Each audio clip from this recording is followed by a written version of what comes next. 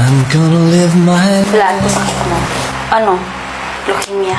Paano mo alam? like every day. Siyempre, pinagtabi tayo eh. May taning na rin ang buhay mo. Simple. Ilan? 3 months. It all goes by so fast. Gabi-gabi ka na nga umiiyak. Pagpahinggan mo naman ang sarili mo. Tsaka ano ba yung ginagawa mo? I can't cry hard. Mga sulat. Ito para kay mama. Tapos, ito naman kay papa. Na huwag niya na laging sinasaktan yung mga kapatid ko. Tapos ito para sa mga kapatid ko. In my eye. Mag-aral silang mabuti. Naihawan nila yung pamilya namin sa hirap. Sila lang kasi nakakapag-aral eh. Ako, mas pinili ko na lang na maglako ng mais. Nakatulong ni nanay. Para may pambaon sila sa araw-araw. Ngayong mawawala na ako, naiyak na naman ako. Happy New Year! New Year! September lang ah. Hindi naman tayo aabot sa January. Kaya advance na lang natin. Happy New Year! Happy birthday! Birthday? Ano yun? Araw-araw birthday? Binati mo na ako kahapon ah. Pinagkait naman ng tadhana sa atin yun eh. So, ibigay na lang natin sa sarili natin araw-araw. Happy birthday! Happy birthday din sa'yo. Habulin mo ko.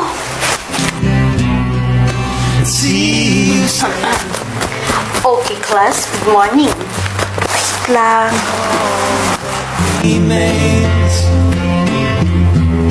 It's just an empty chair.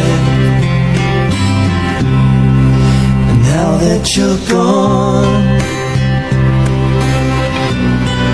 I can't cry hard enough. No, I can't cry hard enough Good morning. Happy birthday. for you to hear me.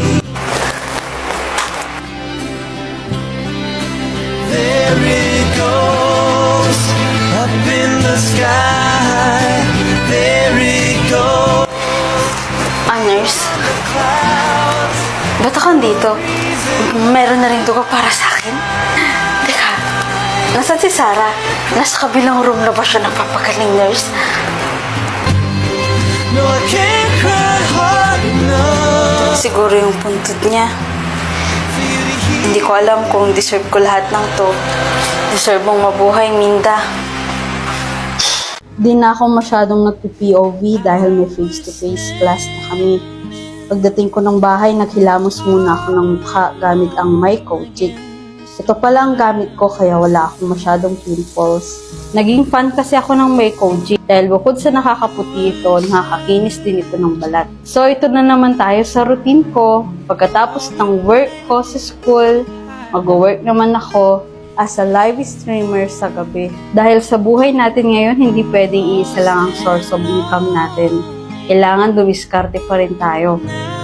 Sobrang stressful talaga ng routine ng buhay ko ngayon. School, bahay, church. At paminsan-minsan, dumadalaw din ako kina mama para makipaglaro sa mga asong nandoon. Buti na nga lang at hindi ako nagkaka-pimples dahil sa stress. Dahil yon sa My Kojic. Bye! Abay, sinasabi ko na ba yung halaman ko? Ay, naku, humanap ka nga ng sarili mong bakuran. Huwag ka dito maglaro sa bakuran ko ng bola-bola mo, ha? Humanap ka doon, umalis ka. Sungit nyo naman po, Lola. Kaya kayo lagi iniwan ng mga anak nyo, eh. Siyang sungit nyo, eh. Magpakabayat kasi kayo. Para di kayo nag-iisa dyan sa bahay nyo. Abay, ano sabi mo? Gusto mo tinilasin kita, ha? Ha? Umalis ka nga dito. Huwag ka nang babalik ditong bata ka, ha? Napakabastos mo. Si Kuya Errol mo, anak, makakapunta ba? Eh, kaya ko nga dinamihan yung handa ko dito para makompleto tayong lahat, eh. Every mountain, swim every ocean. Ikaw, anak, sigurado ka bang hindi ka pupunta? O, sige. Mag-ingat na lang kayo dyan, ha? Guys, nagpulbo talaga ako dito para sa inyo, Lola. Napansin ko kasi wala kayong bisita, eh.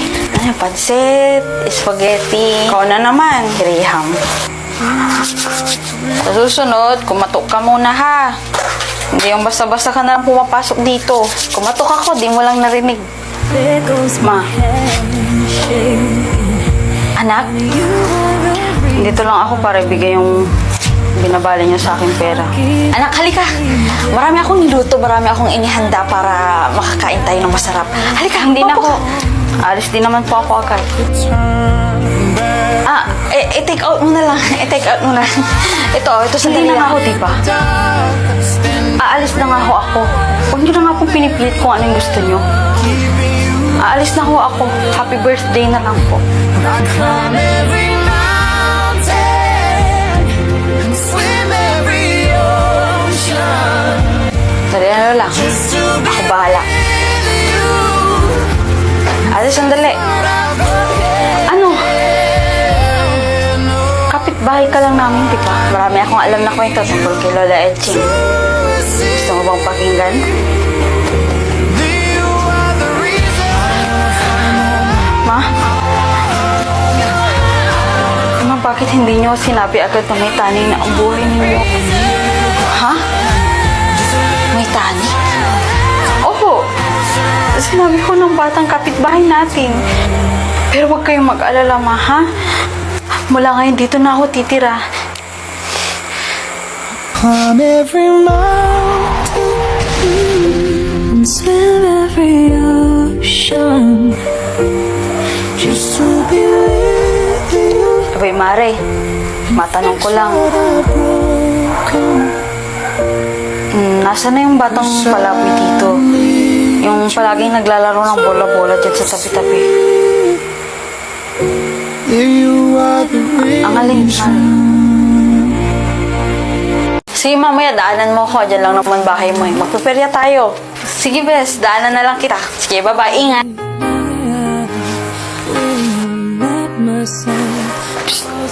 Ano yung naririnig kong perya-perya mamaya na yan? Hindi mo ba alam yung usap-usapan na aswang yung kausap mo na yan? Ano? Oo. Alam mo, narinig ko nga yung mga tanod kanina eh. Balak nilang sunugin siya mamayang gabi. Oh, teka. Di mo pa binayaran yung Betamax kinuha mo kahapon, ha? Beshi! Bebesya na na! Tara na, piperya na tayo! Saka na lang ako. Naglalaba pa kasi ako eh. Hindi na lang din ako pupunta. Next time na lang. Beshi, nagluto ako ng tinola. Di ba favorite mo ito? Nabanggit mo sa akin doon ng nakaraan eh. Niluto ako sa'yo. Sa'yo na lang yan. Ay, hindi ko na favorite yan. Sinigang na yung favorite ko. Sige, may gagawin pa ako eh. Beshi, hindi ka ba nagtataka? Parang may pinaplano ang barangay ah. Kaya na pa sila nagtitipon dun eh. May alam ka ba? Wala naman. Bakit? Sabi nila, balak daw nilang sunugin mamaya yung tao. Bes! Tumakas ka na ng bahay nyo ngayon din. Susunugin nila yung bahay nyo. Anong nangyari? Tumakas ka na. Oh, sige. Beshi. Bagamat hindi ko alam kung bakit naging mailap ka sa akin kanina lang, pero kahit na ganun, mananatiling ligtas ang sekreto mo sa akin. Sige, alis na ako ha. Oh, bili kayo dyan, barbecue. Oh. Barbecue ho. Tatanong ko lang sana kung anong nangyari sa bahay na yan. Mabuti nga't sinulog na yan eh. Kasi simula nung sinulog siya, hindi na nagkaroon ng walaan at patayan dito sa baryo namin. Pero, alam mo, hindi nakakapagtaka. Simula nung nawala yun, nawala rin yung kaibigan na lagi niyang kasama, yung Mila. Nga pala, di mo pa binayaran Betamax kinuha mo kahapon ha? Nakasampuhan na eh. Ba't ba kasi ang hiling-hiling mo sa dugo? Kahit na ganun, mananatiling ligtas ang sekreto mo sa akin. At ang payo ko lang, tigil-tigilan mo ng pagkain sa mga tao.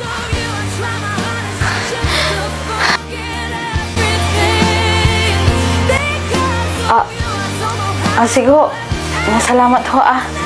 Yan lang ho.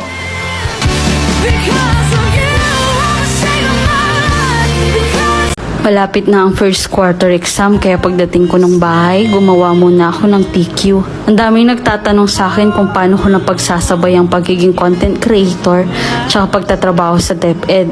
Sa totoo niyan, magre-resign na dapat ako. Kaya lang, pinigilan lang ako ni Papa. Sabi kasi niya, hindi pang habang buhay ang pagiging content creator. Buti na lamang talaga at may glutalipo.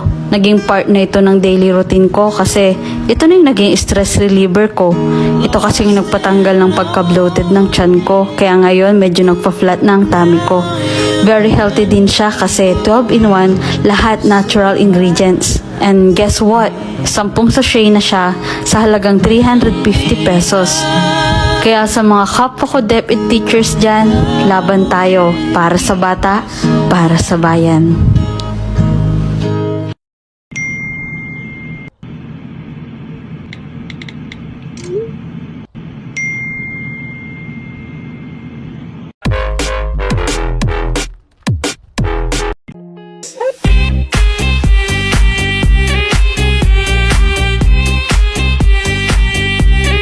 She's running through my mind all day. I'm a magician in a cardboard box, changing my number and changing the locks. When you can't get in, all your heart won't stop. You make me cry, but boy, I'm that girl. Like something off a poster. That girl is a dime, they say.